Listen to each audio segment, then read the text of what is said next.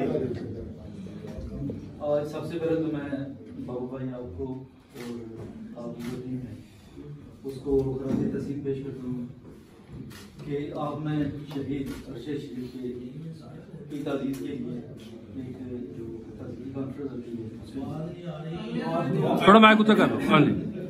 हालांकि और जहाँ पर मैं आपको खराज तहसीन पेश करता हूँ वहाँ पर मुझे थोड़ा अफसोस भी है, दुख भी है। ठीक है कर लो।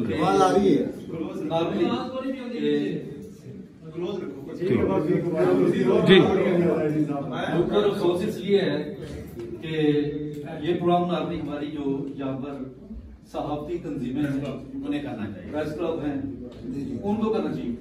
उनका एक भाई, उनका एक दोस्त, उनका साथी वो शहीद हुआ है, लेकिन मैं खुद भी शर्मिंदा हूँ कि आप लोग ये प्रोग्राम कर रहे हैं लेकिन आप भूल चुके हैं। लेकिन आपका शुक्रिया कि आप लोगों ने हमें दावत दी और कुछ लोग यहाँ पर आए हैं।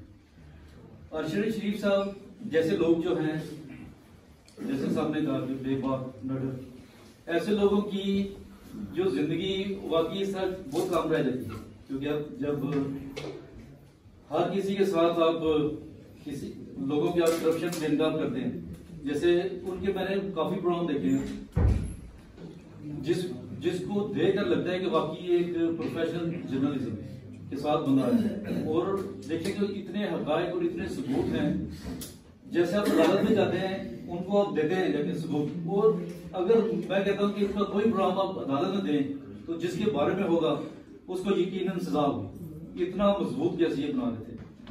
तो अभी भी जो इनका बिहाइंड द डोर्स एक डॉक्यूमेंट्री आ रही थी, उसकी वजह से भी बहुत से लोग जो हैं इनके खिलाफ थे।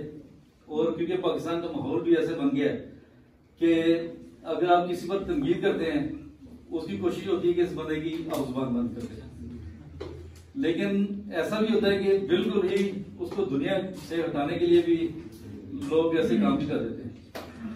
तो अरशद शहीद की जो सहावत है वो हमेशा जिंदा रहेगी और तारीख हमेशा इसे सुनहरी रूप में याद रखेगी।